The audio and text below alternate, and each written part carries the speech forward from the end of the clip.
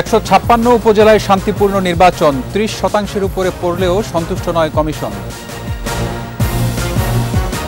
আগ্রহ নষ্ট করতেই ভোট নিয়ে অপপ্রচার বললেন ওবায়দুল কাদের। প্রতিযোগিতাহীন নির্বাচন মন্তব্য ফখরুলের।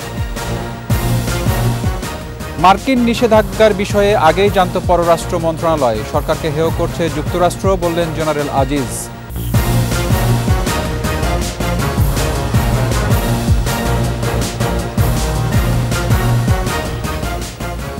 শুনছিলেন ফার্স্ট সিকিউরিটি ইসলামী ব্যাংক পিএলসি সংবাদ শিরোনাম। আমন্ত্রণ রাত 9টার 21 সংবাদে, সাথে আছি রক্তিম ত্রিপুরা।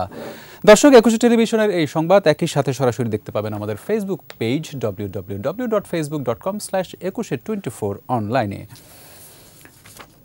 156 উপজেলায় ভোট গ্রহণ শেষে চলছে গণনা। দু একটি জায়গায় বিচ্ছিন্ন সংঘাত ছাড়া নির্বাচনী পরিবেশ ছিল শান্তিপূর্ণ। কক্সবাজারের ঈদগাহ উপজেলায় 2 চেয়ারম্যান প্রার্থীর সমর্থকদের দ্বন্দ্বে ছুরিকাঘাতে এক যুবক নিহত হন। প্রতিনিধিদের সহায়তায় আরও জানাচ্ছেন রত্না জামান।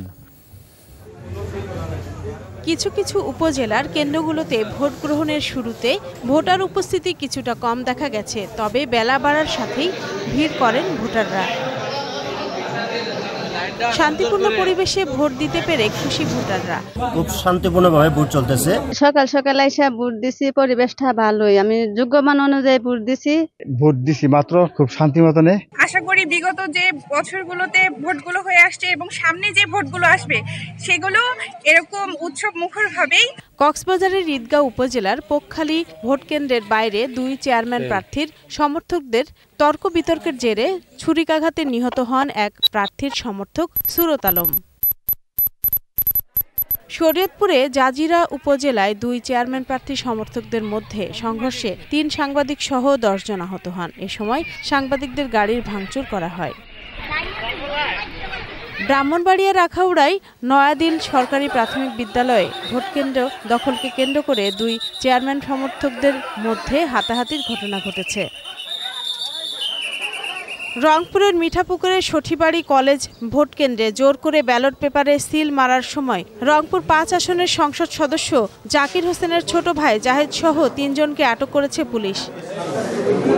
মেহেরপুরের গাংনীর চিতলা মাধ্যমিক বিদ্যালয় কেন্দ্রে ভোটারদের প্রভাবিত করার দায়ে পোলিং এজেন্ট সাইদুল ইসলামকে 1 মাসের বিনাশ্রম কারাদণ্ড দিয়েছে ভ্রাম্যমাণ আদালত।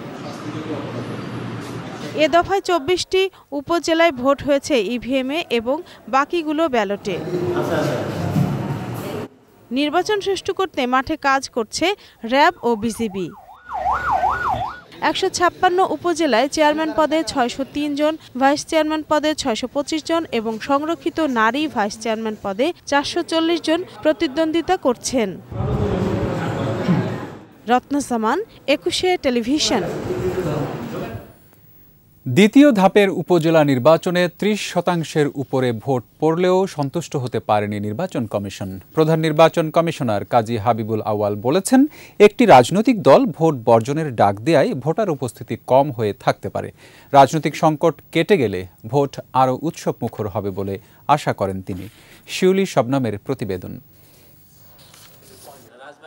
দ্বিতীয় ধাপে 156টি উপজেলায় ভোট গ্রহণ শেষে আগারগাঁও নির্বাচন ভবনে সিইসির সংবাদ সম্মেলন। ভালোই শান্তিপূর্ণভাবে অনুষ্ঠিত হয়েছে জানান, ভোট শান্তিপূর্ণ হয়েছে, তবে বিভিন্ন স্থানে বিচ্ছিন্ন হাতাহাতিতে আহত হয়েছে 33 জন। ভোট কেন্দ্রে অসুস্থ হয়ে মারা গেছে 2 জন।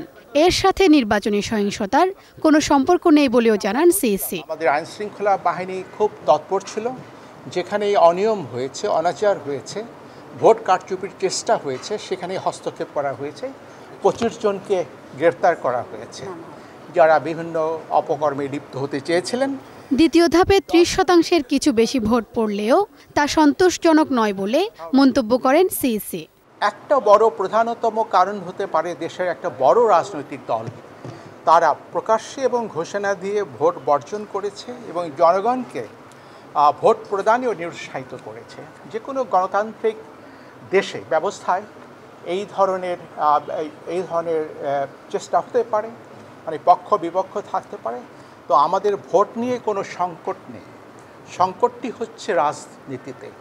রাজনৈতিক সংকট কেটে গেলে ভোটার উপস্থিতি বাড়বে এবং নির্বাচন আরও উৎসবমুখর হবে বলেও আশা করেন সিইসি। সংকটটা রয়েছে সেটা অবশ্যই একটা সময় কাটিয়ে ওঠা যাবে এবং সুস্থ ধারায় দেশের সামগ্রিক রাজনীতি প্রবাহিত হবে। শিউলি শবনম, একুশে টেলিভিশন, ঢাকা। মানুষের আগ্রহ নষ্ট করতেই নির্বাচন নিয়ে বিএনপি, টিআইবি সহ কিছু দেশবিরোধী বুদ্ধিজীবীরা অপপ্রচার আর মিথ্যাচার করছেন বলে অভিযোগ আওয়ামী লীগের সাধারণ সম্পাদক ওবায়দুল কাদেরের।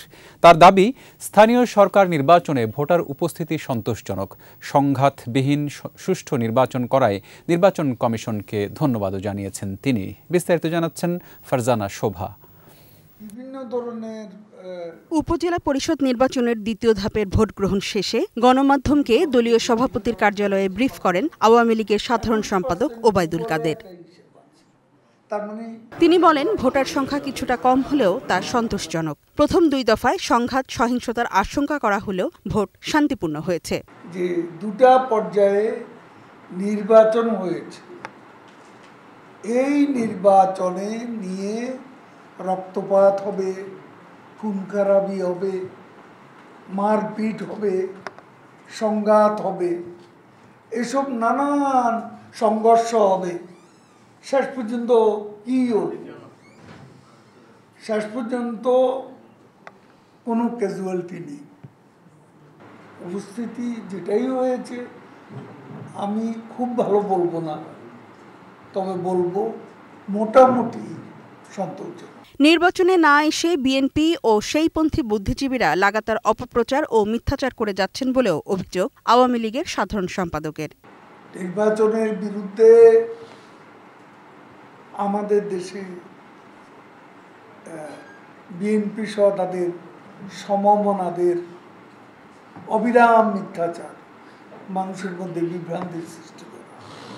তারপরে আমাদের দেশের এক ধরনের বুদ্ধিজীবী আছেন, তাদের অপপ্রচার তো আছে। বিএনপির নেতাদেরকে চ্যালেঞ্জ ছুঁড়ে দিয়ে ওবায়দুল কাদের বলেন, জিয়াউর রহমান নিজেই বাকশালে যোগ দিয়েছিলেন। মানুষের আগ্রহ নষ্ট করার চেষ্টা করেছে ভোটের ব্যাপারে। ফারজানা শোভা, একুশে টেলিভিশন, ঢাকা। উপজেলা নির্বাচনে প্রতিযোগিতা না থাকায় মানুষ স্বতঃস্ফূর্তভাবে ভোট বর্জন করছে বলে মন্তব্য করেছেন বিএনপি মহাসচিব মির্জা ফখরুল ইসলাম আলমগীর। ঢাকা রিপোর্টার্স ইউনিটিতে আলোচনা সভায় তিনি এসব কথা বলেন। এই নির্বাচনে মানুষ অংশ নিচ্ছে না, এটা স্বতঃস্ফূর্তভাবে নিচ্ছে না, কারণ তারা বুঝে গেছে যে এই নির্বাচনে তো কোনো লাভ নাই, যে নির্বাচনে কোনো প্রতিযোগিতা নেই, যে নির্বাচনে কোনো পরিবর্তন আসবে না, যে নির্বাচনের মাধ্যমে শাসক গোষ্ঠী তার ক্ষমতাকেই আবারও প্রতিষ্ঠিত করবে, সেই নির্বাচনে গিয়ে কী লাভ। সাবেক সেনাপ্রধান জেনারেল আজিজ আহমেদের উপর নিষেধাজ্ঞা দিয়েছে মার্কিন পররাষ্ট্র দপ্তর। সংস্থাটির ওয়েবসাইটে প্রকাশিত বিবৃতিতে জানানো হয়েছে, জেনারেল আজিজ ও তার পরিবারের সদস্যরা যুক্তরাষ্ট্রে প্রবেশে অযোগ্য হবেন। এ নিয়ে পররাষ্ট্রমন্ত্রী ডক্টর হাসান মাহমুদ জানান, বিষয়টি আগেই সরকারকে অবহিত করেছে যুক্তরাষ্ট্র।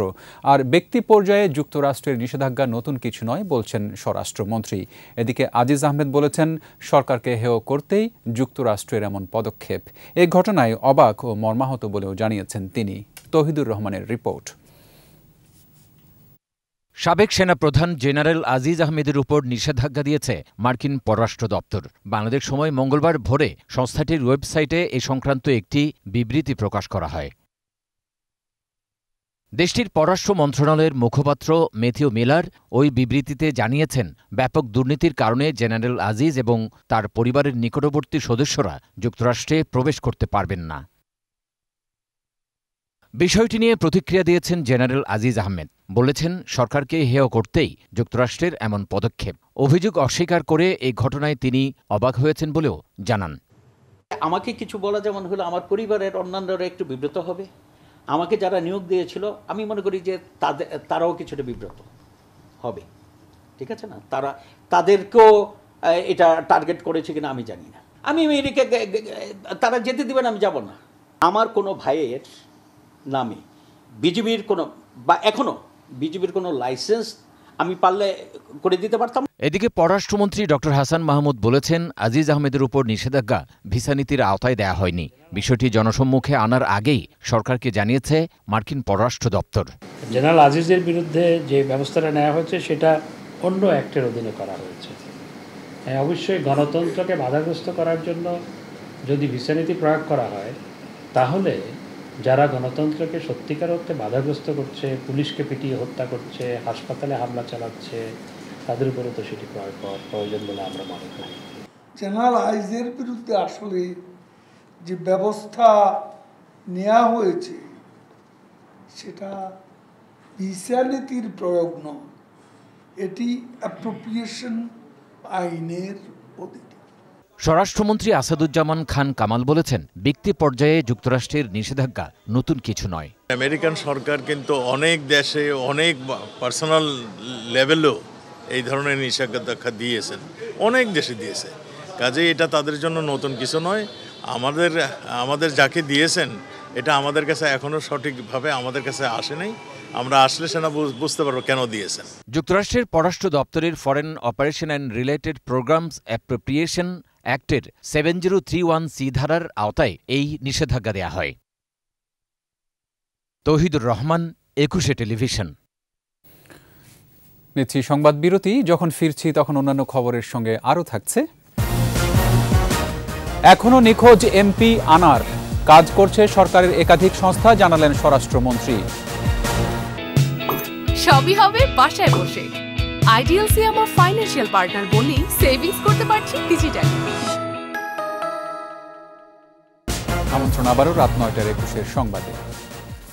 ভারতে চিকিৎসা নিতে গিয়ে নিখোঁজ ঝিনাইদহ 4 আসনের সংসদ সদস্য আনোয়ারুল আজিম আনারের বিষয়ে এখনও নিখোঁজ রয়েছে। এ বিষয়ে কোনো হালনাগাদ তথ্য নেই বলে জানিয়েছেন স্বরাষ্ট্রমন্ত্রী আসাদুজ্জামান খান। সচিবালয়ে এক বৈঠকের পর সাংবাদিকদের প্রশ্নের জবাবে তিনি বলেন, ইমিগ্রেশন পার হয়ে তিনি যথাযথভাবেই ভারতে গিয়েছেন। খোঁজ না পেয়ে পরিবার পুলিশের সঙ্গে যোগাযোগ করার পর সরকারি সব সংস্থা এ নিয়ে কাজ শুরু করছে। শিগগিরই তার বিষয়ে জানা যাবে বলে আশ্বস্ত করেন স্বরাষ্ট্রমন্ত্রী।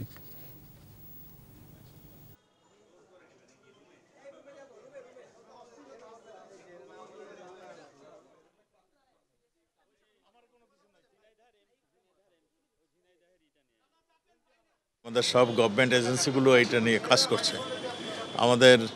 আমাদের এনএসআই, আমাদের এসবি, আমাদের পুলিশ সবাই কাজ করছেন। কলকাতার ভারতীয় পুলিশের সঙ্গে ভারতের গোয়েন্দা সংস্থার সঙ্গে এটা কাজ হচ্ছে। আমরা আশা করি তার হওয়ার অবস্থা আমরা ভারতীয় সরকারের মাধ্যমে খুব শীঘ্রই আমরা আপডেট। বয়সের নিয়ম না মানার অভিযোগে রাজধানীর ভিকারুন্নিসা নুন স্কুল অ্যান্ড কলেজের স্কুল শাখায় ভর্তি করা প্রথম শ্রেণীর 169 শিক্ষার্থীর ভর্তি বাতিল থাকবে বলে রায় দিয়েছেন হাইকোর্ট। দুটি রিটে জারি করা রুলের উপর চূড়ান্ত শুনানি শেষে বিচারপতি JBM হাসান ও বিচারপতি রাজিক আল জলিলের বেঞ্চ এ রায় দেন। ভিকারুন্নিসায় ভর্তি নিয়ে বয়সের নিয়ম না মানার অভিযোগ এনে প্রথম শ্রেণীতে ভর্তি ইচ্ছুক 2 শিক্ষার্থীর মা গত 14 জানুয়ারি রিট করেন। তবে মাউসির আদেশ মতে বয়সের ঊর্ধ্বসীমা অনুসরণ করায় স্কুল কর্তৃপক্ষ 169 জনের ভর্তি বাতিল করে। কষ্ট পাচ্ছে বা এদের গার্ডিয়ান, আমিও তো 2টা বাচ্চার মা। কেন পড়লেন আর এটা কি হলো আজকে? Thank you. এই সুমন হয়েছে। আজকে আমাদের যে রিটটা ছিল, আমরা এই যে এজ লিমিটের বাইরে যাদের ভর্তি সেটা যে চ্যালেঞ্জ করেছিলাম সেটা বহাল থাকলো, অর্থাৎ তাদের ভর্তিটা বাতিল হয়ে গেল এবং ওয়েটিং থেকে ফিল আপ করার জন্যে নির্দেশনা দিল। 15 দিনের মধ্যে এই ওয়েটিং লিস্ট থেকে ইলাইজেবলদের নিয়ে ভর্তি কার্যক্রম সম্পন্ন করতে হবে। আরেকটা সংবাদ বিরতি। যখন ফিরছি তখন অন্যান্য খবরের সঙ্গে আরও থাকছে। রাইসির জানাজায় অযুত মানুষের ভিড়, জাতিসংঘের নিরাপত্তা পরিষদে নীরবতা পালন, মৃত্যুর তদন্ত শুরু। সবই হবে বাসায় বসে। আইডিএলসি আমার ফাইন্যান্সিয়াল পার্টনার বলি সেভিং। ইরানের প্রেসিডেন্ট ইব্রাহিম রাইসির জানাজায় অযুত মানুষের ঢল নেমেছে। মঙ্গলবার তাবরিজে অনুষ্ঠিত প্রথম জানাজায় ইমামতি করেন দেশটির সর্বোচ্চ নেতা আয়াতুল্লাহ আলী খামেনি। জানাজা শেষে শৈশবের শহর মাশহাদে নিয়ে যাওয়া হচ্ছে রাইসির মরদেহ। এদিকে হেলিকপ্টার দুর্ঘটনায় ইরানের প্রেসিডেন্টের মৃত্যুতে বাংলাদেশে 23 মে একদিনের রাষ্ট্রীয় শোক ঘোষণা করেছে সরকার। আশরাফ শুভর রিপোর্ট। ভোরের আলো ফোটার আগেই বিভিন্ন প্রান্ত থেকে পূর্ব আজারবাইজানের রাজধানী তাবরিজে জড়ো হতে থাকেন ইরানবাসী। উদ্দেশ্য প্রিয় নেতা প্রেসিডেন্ট ইব্রাহিম রাইসিকে শেষ শ্রদ্ধা জানানো। শীর্ষ নেতা আয়াতুল্লাহ আলী খামেনির ইমামতিতে জানাজায় অংশ নেন লক্ষাধিক মানুষ। একে একে সম্পন্ন হয় বাকি 8 আরোহীর জানাজা। এরপর আরও শহরে জানাজা হবে প্রেসিডেন্টের। তেহরানে শেষ জানাজার পর রাষ্ট্রীয় মর্যাদায় সম্পাদন হবে রাইসির দাফন কার্য। এদিকে রাইসির মৃত্যুর মাতমের মধ্যেই 28 জুন নতুন প্রেসিডেন্ট নির্বাচনের তারিখ ঘোষণা করেছে ইরান। পাশাপাশি প্রেসিডেন্ট রাইসির মৃত্যুর কারণ জানতে তদন্তের ঘোষণা দিয়েছে ইরানের সামরিক বাহিনী। অন্যদিকে জাতিসংঘের নিরাপত্তা পরিষদে ইরানের নিহত প্রেসিডেন্ট ইব্রাহিম রাইসির শ্রদ্ধায় নীরবতা পালনের সময় ক্ষুব্ধ প্রতিক্রিয়া জানিয়েছেন ইরানের স্থায়ী দূত গিলাদ এরদান। এটিকে লজ্জাজনক আখ্যা দিয়ে নিরাপত্তা পরিষদের সমালোচনা করেন তিনি। রাইসির হেলিকপ্টার বিধ্বস্তের পর ইরান যুক্তরাষ্ট্রের কাছে সহযোগিতা চেয়েছিল বলে জানিয়েছেন মার্কিন পররাষ্ট্র দপ্তরের মুখপাত্র ম্যাথিউ মিলার। তবে ওয়াশিংটন কোনো সহায়তা করেনি বলে জানিয়েছে তেহরান। আশরাফ শুভ, 21 টেলিভিশন। খেলার খবর।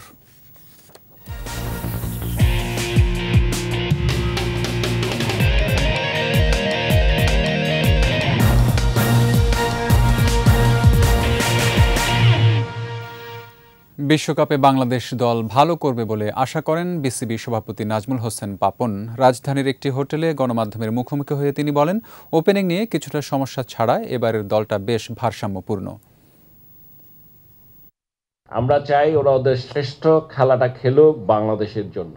প্রতিটা খেলোয়াড়, একটা কোনো প্লেয়ারের কথা বলছি না, আমাদের এখানে সবচেয়ে সেরাটা দিক তারা দিতে চেষ্টা তো সবাই করবে, পারুক, মানে সবসময় তো আর হয় না, সবাই তো সব প্রত্যেক দিন করে না ভালো।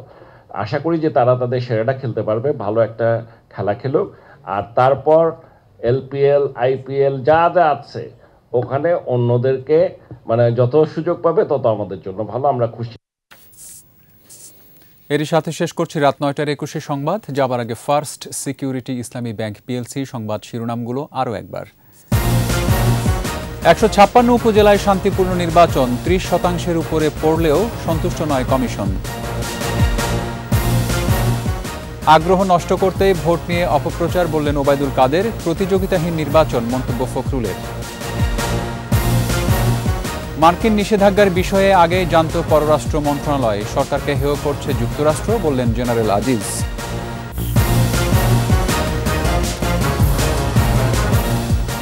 সর্বশেষ খবর জানতে ডায়াল করুন 2021 নম্বরে আর ভিজিট করুন 21-tv.com ওয়েবসাইটে। এছাড়া ফেসবুকে লগ ইন করতে পারেন facebook.com/2124 অনলাইনে।